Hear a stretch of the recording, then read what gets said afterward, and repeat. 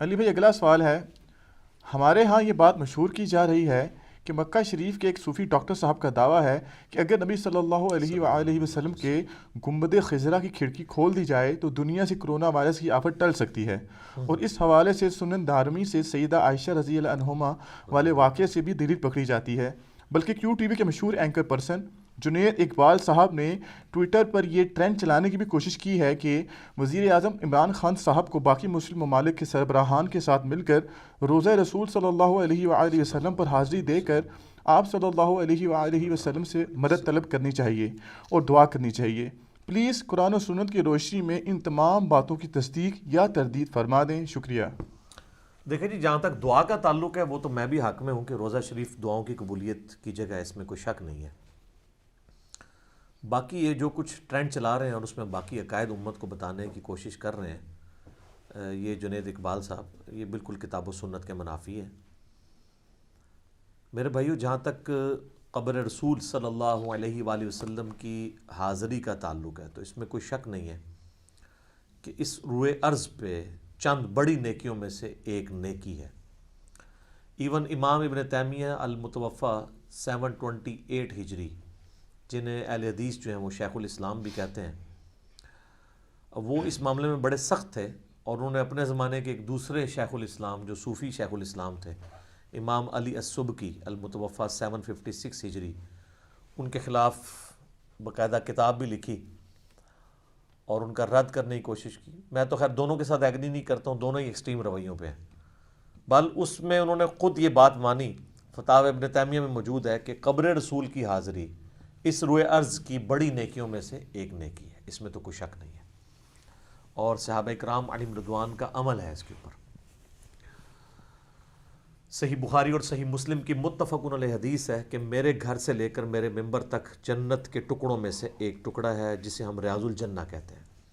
پاکستان والوں نے تو ادھر پاک پتن میں بہشتی دروازہ بنایا ہوا ہے، اصل میں جو بہشتی ٹکڑا ہے وہ مدینہ شریف میں ہے، جس پہ امام بخاری نے پھر باب باندھا ہے اس حدیث کے اوپر کہ قبر رسول سے ممبر رسول جنت کا ٹکڑا ہے، کیونکہ آج کی ڈیٹ میں نبی صلی اللہ علیہ وآلہ وسلم، سیدنا ابو بکر و عمر رضی اللہ تعالیٰ عنہما کی قبریں اسی روضہ شریف والے پورشن میں ریاض الجنہ کے اندر ہے۔ صحیح مسلم میں حدیث ہے کہ مدینے کے مصائب پہ صبر کرو، جو مدینے کے مصائب پہ صبر کرے گا اور مدینے کو نہیں چھوڑے گا، میں قیامت والے دن اس کا شفیع بنوں گا۔ جامعہ ترمذی میں حدیث ہے، جو شخص مدینے میں رہتا ہے اسے چاہیے کہ وہ مدینے ہی میں مرے، مدینے سے باہر یعنی نہ نکلے۔ جو مدینے میں مرے گا میں اس کا شفیع بنوں گا قیامت والے دن، نبی الاسلام نے فرمایا۔ صحیح بخاری میں ہے کہ حضرت عمر یہ دعا کیا کرتے تھے کہ اے اللہ مجھے مدینے میں موت دینا اور شہادت کی موت دینا، اور اللہ تعالیٰ نے یہ دعا، دونوں دعائیں ان کے حق میں قبول کی الحمدللہ، اور تیسری تو اللہ نے ان کو تحفہ دیا کہ روضہ شریف میں ساتھ دفن ہوئے الحمدللہ۔ تو وہ بابرکت جگہ ہے۔ عبداللہ بن عمر کے بارے میں آتا ہے رضی اللہ تعالیٰ عنہما، 4 کتابوں میں کم از کم ملتا ہے، الموطا امام مالک میں، المصنف ابن ابی شیبہ میں، سنن الکبریٰ البیہقی میں، فضل الصلاۃ علی النبی میں، کہ جب کبھی وہ اپنے گھر سے مدینہ شریف سے نکل کے کسی جگہ سفر پہ جاتے یا سفر سے واپس آتے، دونوں ایکٹیویٹیز میں پہلے مسجد نبوی میں 2 نفل پڑھتے، پھر نبی الاسلام کے قبر مبارک پہ آ کے عرض کرتے السلام علیکہ یا رسول اللہ، اور پھر سیدنا ابو بکر کی قبر پہ آ کے عرض کرتے السلام علیکہ یا ابا بکر، پھر سیدنا عمر کی قبر پہ آ کے عرض کرتے السلام علیکہ یا عمر، ایک روایت میں آتا ہے یا ابا، اے میرے باپ آپ پہ سلام، اور یہ آپ کی روٹین تھی۔ تو اس سے صحابہ کرام کا جو شغف ہے قبر رسول کی حاضری کا وہ پتہ چلتا ہے۔ پریکٹیکلی تو اب خیر قبر تک کو پہنچ نہیں سکتا، یہی سارے رولز اب جالی شریف کے لیے بھی لگیں گے کہ جالی کے باہر اب تو خیر انہوں نے باقاعدہ وہ 3 سوراخ بنائے ہیں، ایک بڑا سا سوراخ ہے اور اس پہ لکھا ہے یہ نبی الاسلام کا چہرہ اقدس اس کی سیدھ میں ہے، پھر سیدنا ابو بکر اور سیدنا عمر، کیونکہ قبریں اس طرح بنی ہیں کہ سب سے آگے نبی الاسلام کی قبر مبارک ہے، نبی الاسلام کی پیٹھ والی سائیڈ پہ جہاں آپ کی کمر کی سمجھ لیں سینٹر بنتا ہے نا، ادھر سیدنا ابو بکر کا جو ہے وہ چہرہ ہے، اور جہاں پہ سیدنا ابو بکر کی کمر بنتی ہے نا ان کے پیچھے سیدنا عمر کا چہرہ اور یوں، اور یہاں پہ ایک قبر کی جگہ خالی ہے جہاں پہ سیدنا عیسیٰ علیہ السلام دفن ہوں گے۔ المستدرک للحاکم کے اندر اور کتابوں کے اندر یہ ملتا ہے۔ تو روضہ شریف پہ بھی جو حاضر ہوگا اسی طریقے سے سلام عرض کرے گا، اس پہ تو اجماع ہے۔ روضہ شریف پہ حاضر ہوں، روضہ شریف جو ہے وہ شعائر اللہ میں سے ایک، اللہ کی نشانیوں میں سے ایک نشانی ہے، دعاؤں کی قبولیت کی جگہ ہے، اس میں کوئی شک نہیں ہے۔ بلکہ جو لوگ بھی مدینہ شریف حاضری دیتے ہیں میں تو ان سے ریکویسٹ کرتا ہوں کہ روضہ شریف پہ جا کے جب آپ دعا کریں اللہ کے حضور تو میرے لیے بھی دعا کریں۔ باقی روضہ شریف پہ جا کے نبی الاسلام سے کچھ نہیں مانگنا ہوتا، یہ بات غلط ہے۔ دعا صرف اللہ ہی سے کرنی ہے، وہ جگہ دعاؤں کی قبولیت کی جگہ ہے۔ صلاۃ والسلام عرض کریں۔ سنن نبی داؤد میں حدیث ہے، اور یہ قبر رسول والے چیپٹر میں، قبروں کی حاضری والے چیپٹر میں امام ابو داؤد لے کے آئے ہیں کہ جو شخص میری قبر پہ سلام عرض کرے گا اللہ میری روح لوٹا دے گا اور میں اس کے سلام کا جواب بھی دوں گا۔ تو یہ سلام کا جواب دینا، روح کا لوٹنا، یہ برزخی ہے، یہ اس دنیا کی چیز نہیں ہے۔ اور اگر کوئی کہتا ہے یہ حصی ہے اور دنیاوی ہے تو پھر ہم اس کو اینٹی وینم الزامی جواب، پھکی والا جواب دیں گے کہ اگر یہ دنیاوی ہی ہے تو قبر مبارک سے پھر آواز باہر بھی آنی چاہیے۔ اگر آپ کہہ رہے ہیں یہ فزیکلی سن رہے ہیں تو پھر جواب فزیکلی آنا چاہیے، تو کسی نے کبھی فزیکل جواب تو نہیں سنا، تو وہ جواب بھی برزخی ہے اور ہمارا سلام کا پہنچنا بھی برزخی ہے۔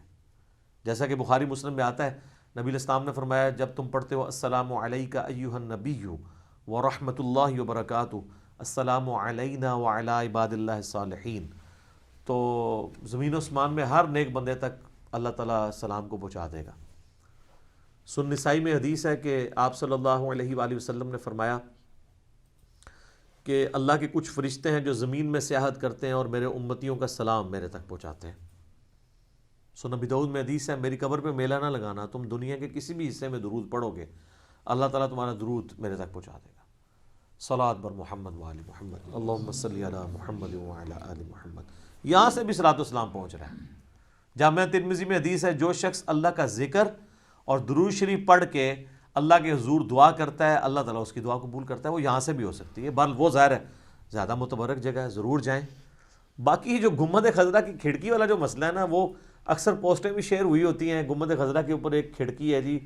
پہلی بات ہے گنبد خضرا تو نبی علیہ السلام کے زمانے میں ہے ہی نہیں تھا، یہ تو آپ علیہ السلام کی وفات کے 650 سال بعد 668 ہجری میں ایک فاطمی بادشاہ تھا جس نے منت مانی تھی اور اس نے یہ لکڑی کا گنبد لا کے سیدہ عائشہ کے حجرے کی چھت پہ رکھ دیا تھا۔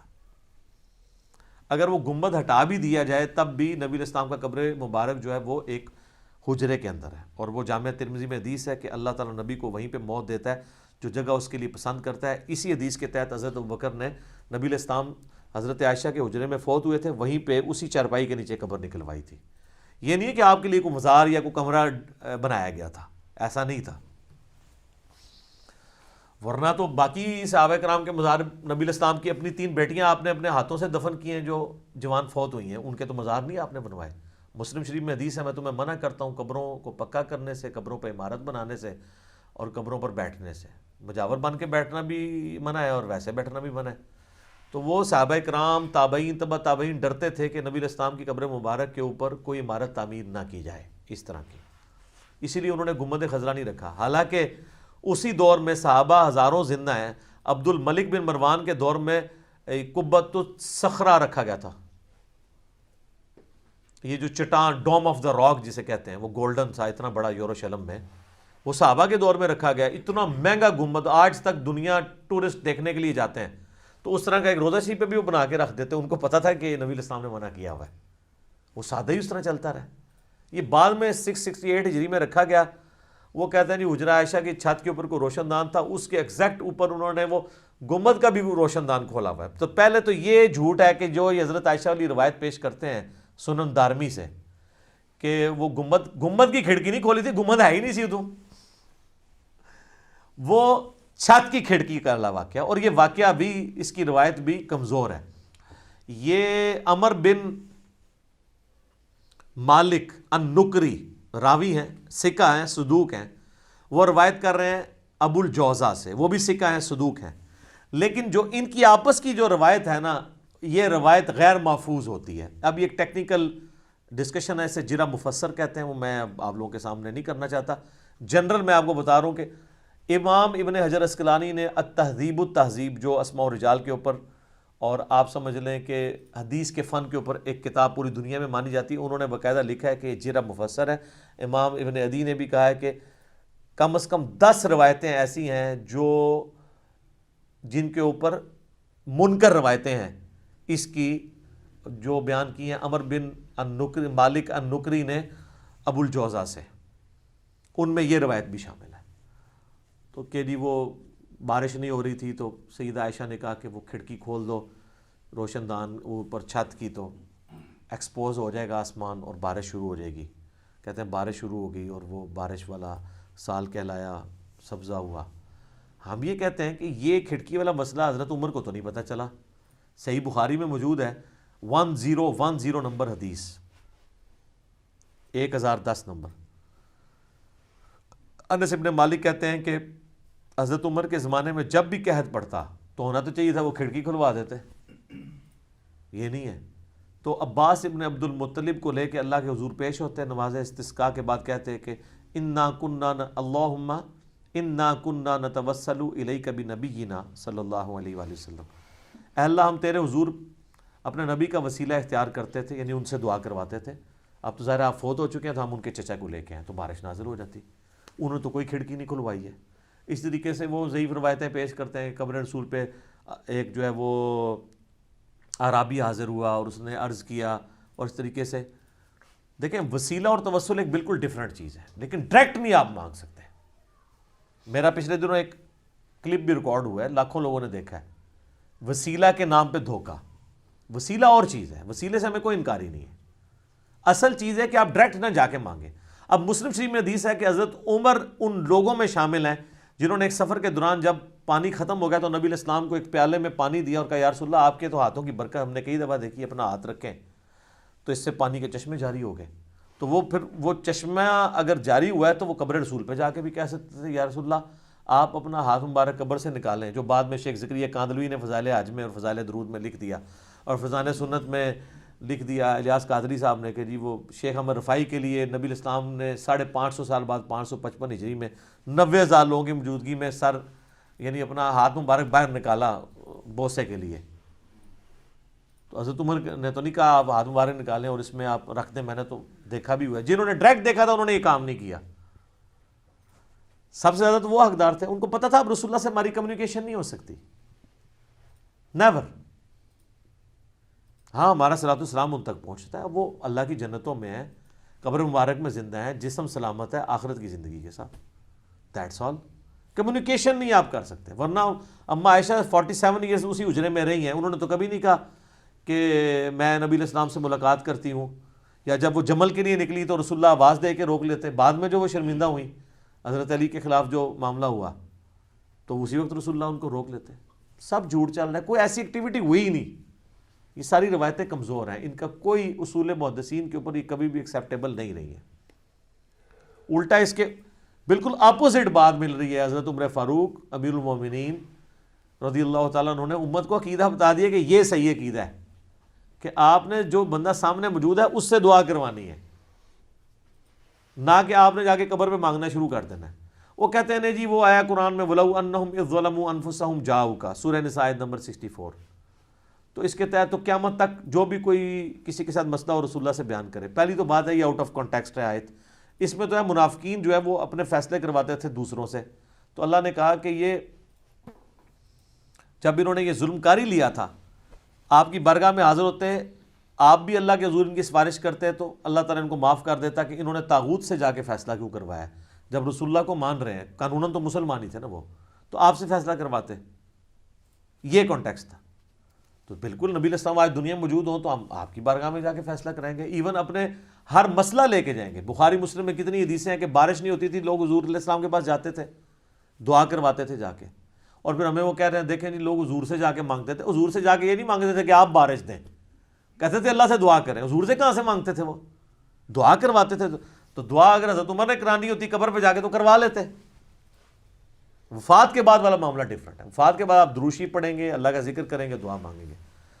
اور کہتے ہیں نہیں جی وہ وفات اور یہ زندگی کا فرق آپ کر رہے ہیں, پھر ہمیں مجبوراً ایک ذرا نچلے لیول پہ اترنا پڑتا ہے کہ جب حضرت ابوبکر اور علی کا 6 مہینے تک اختلاف رہا, بخاری مسلم میں آتا ہے, ثقیفہ بنی ساعدہ والا ایشو خلافت کا, اس وقت تو کسی کے دماغ میں وسوسہ بھی نہیں آیا کہ رسول اللہ سے جا کے قبر پہ سوال کر لیتے ہیں کہ یا رسول اللہ بتائیں آپ کا وصی کون ہے, آپ کا سکسیسر کون ہے.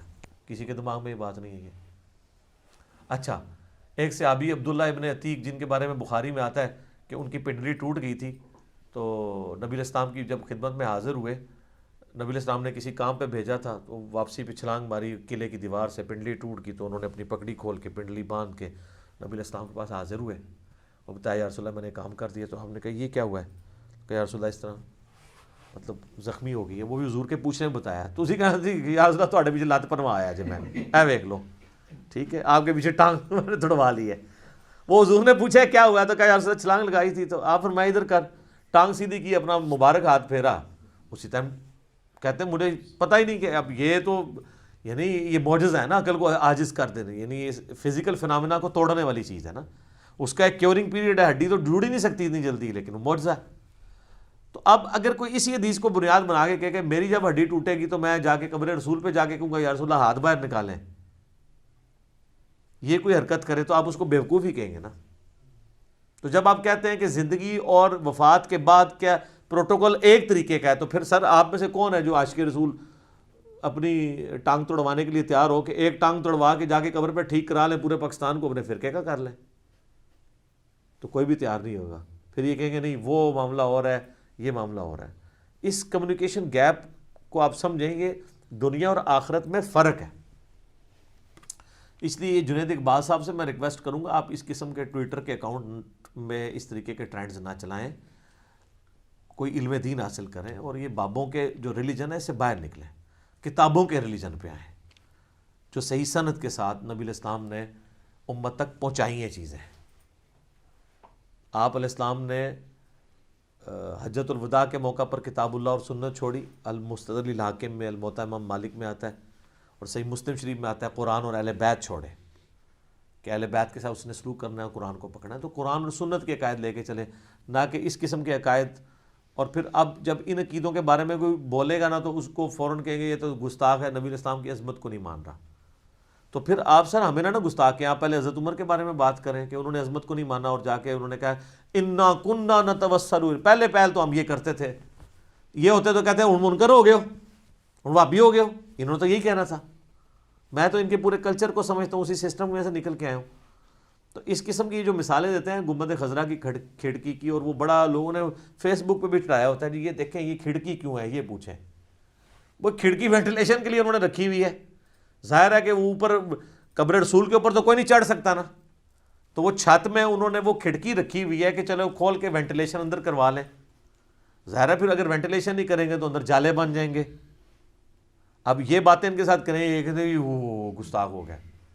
تو یہ پھر یہ ہر سال جو ہے سعودی حکومت پینٹ کیوں کراتی ہے گنبد خضرا کو؟ ایک بار کرا کے چھوڑ دینا, پینٹ اتر جاتا ہے, بارشیں ہوتی ہیں, دھوپ پڑتی ہے, لکڑی کے اوپر ہے, وہ ڈیمیج ہو جاتا ہے, تو پینٹ کرواتے ہیں. میرے کو پیا بھی آ جائے پینٹ. وہ جیلم کا ایک بندہ تھا نا, وہ جو پینٹ کرتا تھا, اس نے مجھے دیا ہے پینٹ. جب وہ اترا نا تو میرے پاس رکھا ہوا ہے کچھ, تو وہ ہم میلاد کے مہینے میں نا وہ تبرکات میں فری زیارت کرایا کرتے سا. اردو پیسے نہیں, اردو بھی فری. تو اسے ٹکٹ لایا ہونا ہے نا, تو وہ پڑا ہوا ہے. تو وہ کیوں ہوتا ہے پھر؟ اسی لیے ہوتا ہے کہ ظاہر ہے وہ اتر جاتا ہے. اب اس کو آپ روحانی مسئلہ نہ کوئی بنا لیں. گنبد خضرا کا سایہ کوئی نہیں جناب ہے, انہیں زمین پہ نہیں پڑتا. وہ پائی اتلی منزل تے زمین تے کہ تو پوے, اوپر والی منزل پہ پڑتا ہے. چھت پہ تو آپ کی بھی چھت پہ کئی چیزیں ہیں جن کا سایہ نیچلی والی زمین پہ نہیں پڑتا. ٹھیک ہے, او جی اوپر کوئی پرندہ نہیں بیٹھتا, بیٹھتے ہیں جناب, پرندوں نے بیٹھیں کی بھی ہوتی ہیں, باقاعدہ صفائی ہوتی ہے. غلاف کعبہ کے اوپر بیٹھیں کی بھی ہوتی ہیں. خانہ کعبے کے اوپر سے کہتے ہیں پرندہ نہیں گزرتا, وہاں کے اوپر تو ان کے وہ جو فوجی اور شرطے جو بوٹوں سمیت کعبے کے اوپر چڑھے ہوئے ہوتے ہیں جب وہ غلاف کعبہ چینج کر رہے ہوتے ہیں. تو ٹھیک ہے جی, کہتے جی اینج گھول پچھوں آتے ہیں, اینج کر کے اینج کر کے لنگ جاتے ہیں. ٹھیک ہے نا, اینج نہیں لنگتے, اتنا احترام کرتے ہیں. اچھا غول والے تو اتنا احترام کرتے ہیں اور ڈردے نے، تو یہ پاکستانی جو چھوٹی چھوٹی کینچیاں لگا کے غلاف کعبہ کاٹ کے ادھر لے آتے ہیں، ان کی کینچی تو کوئی نہیں کھنڈی ہوتی، وہ کیوں نہیں ہوتی کھنڈی؟ سب کچھ کہانیاں چل رہی ہیں. لیکن ظاہر ہے کہ یہ سب ہم یہی آپ سے کہیں گے کہ مرنے سے پہلے اے مسلمان کر لے اس پہ غور. کتابوں کا خدا اور ہے، بابوں کا خدا اور. باقی کورونا سے جان چھڑانی ہے، دعائیں کریں اور اپنے کرتوتوں کے اوپر بھی دیکھیں. اور مجھے غامدی صاحب کی بات یاد آئی، اس سے پہلے بھی ایک اور مسئلہ اٹھا تھا 3-4 سال پہلے، تو اس وقت نا تقی عثمانی صاحب نے اس وقت بھی ایک وہ چیز چھوڑی تھی کہ 70,000 دفعہ سورہ الشمس پڑھ کے نا تو نبی الاسلام نے خواب میں ایک بزرگ کو کہا کہ وہ ٹل جائے گا صاحب. تو اس پہ غامدی صاحب نے کہا تھا بڑے احترام کے ساتھ، قرآن نے اور سنت نے ہمیں بتایا ہے کہ عذاب آتے کیوں اور ٹلتے کیسے ہیں. سورۃ الانفال میں اللہ تعالیٰ نے واضح فرمایا ہے کہ اللہ تعالیٰ کسی قوم سے نعمت نہیں چھینتا جب تک کہ وہ خود اپنے آپ کو مستحق نہیں کر لیتی کہ اس سے نعمت چھن جائے. یعنی اللہ تعالیٰ کسی قوم کی حالت نہیں بدلتا جب تک وہ اپنی حالت خود نہ بدل لے.